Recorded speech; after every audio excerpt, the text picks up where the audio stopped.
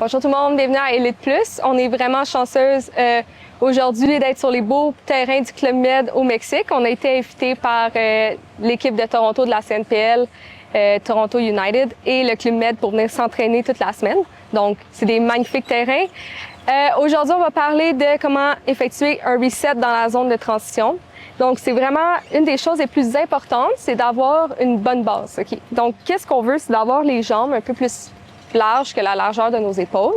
On veut pas être trop collé, comme ça, on a de la misère à se pencher, puis on a un manque de mobilité pour aller chercher des balles. Si on est trop, nos jambes sont trop collées ensemble. Puis en même temps, on veut pas être trop large, comme là aussi, on a un manque de mobilité, puis c'est dur d'aller chercher les balles. Donc, pour moi, j'aime ça être un peu plus large que ma largeur des épaules. Ensuite, quand on va vers la balle, on veut que notre poids soit sur nos orteils. Donc, on veut pas aller en arrière sur nos talons pour aller effectuer un reset. On veut vraiment que notre poids soit en avant. OK? Puis, je vous donne un exemple. Si je fais un pied de pivot parce que la balle est dans mes pieds, je veux quand même que mon poids reste vers la balle en avant, qui est rendu ici, et non sur mes talons. C'est très important. Premièrement, ça va prévenir des blessures, ça va prévenir qu'on tombe, et ça va faire éviter que la balle, comme on dit, pop. Alright. Troisième point. Mon plus gros point qui a changé ma game quand j'ai commencé à pratiquer mes resets, c'est de tout le temps vouloir être en dessous de la balle. OK? Donc, quand je vois la balle arriver, logiquement, quand la personne est de l'autre côté du filet, si la balle est en haut du filet ou même en bas du filet, c'est sûr qu'elle va arriver vers le bas. Fait que ça sert à rien d'avoir notre raquette ici. Donc, premièrement, on va avoir notre raquette vers le bas. Et quand la balle va arriver, on veut aller en dessous de la balle. Puis on veut avoir une face de la raquette qui est ouverte. C'est très important. Pourquoi? Parce que si notre face de la raquette est fermée, ça va être très difficile pour nous d'aller passer la balle en haut du filet. Donc ici, je vais faire quelques démonstrations. Je vais vous montrer qu'est-ce que ça fait avoir une raquette fermée. Donc, si la balle, elle arrive vers moi puis je veux faire un reset, puis ma raquette est fermée, ça va être vraiment difficile pour moi d'aller lifter, comme on dit, ou monter la balle en haut du filet.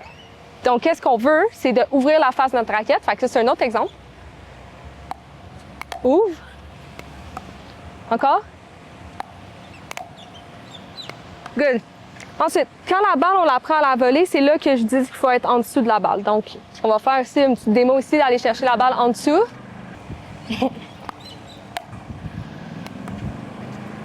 Donc, en dessous. Donc, encore une fois, on va faire des exemples de comment aller chercher la balle en dessous. Donc, on veut, quand l'arc de la balle arrive, on veut vraiment mettre notre raquette pour que quand la balle tombe, ça soit en dessous de la balle. Encore.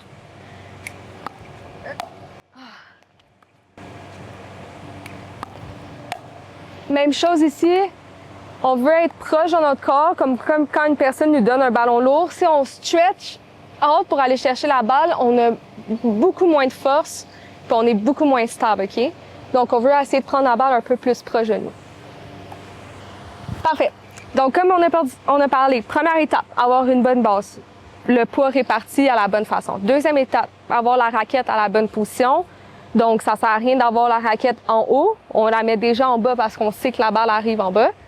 Et troisième étape, d'avoir une raquette qui est ouverte en dessous de la balle. Ensuite, pour effectuer un bon reset, puis les gens qui me connaissent, ils vont dire que je suis tannante avec ça. Donc, je veux être légère, ou léger pour les hommes, sur nos jambes.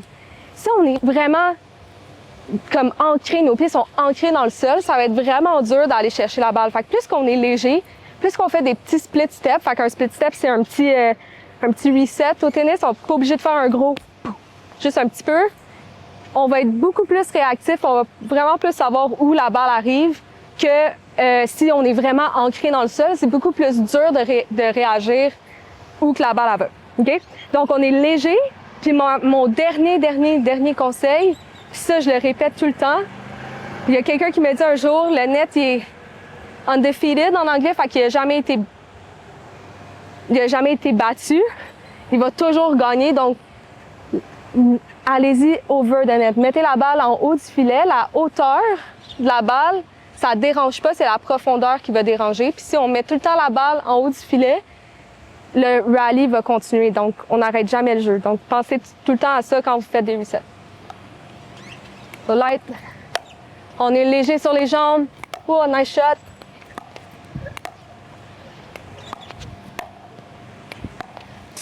Nice.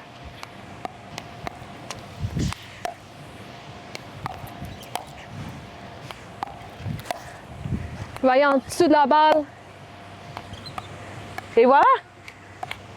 Parfait. Donc, on a vu comment on a vu comment faire des vraiment bons resets. Une des choses les plus importantes, c'est soyez lousse. Plus qu'on est lousse, plus qu'on est léger sur nos jambes, plus qu'on est capable d'aller en dessous de la balle, plus on est capable de voir la balle aussi également, puis de se déplacer. Donc, voilà. Merci.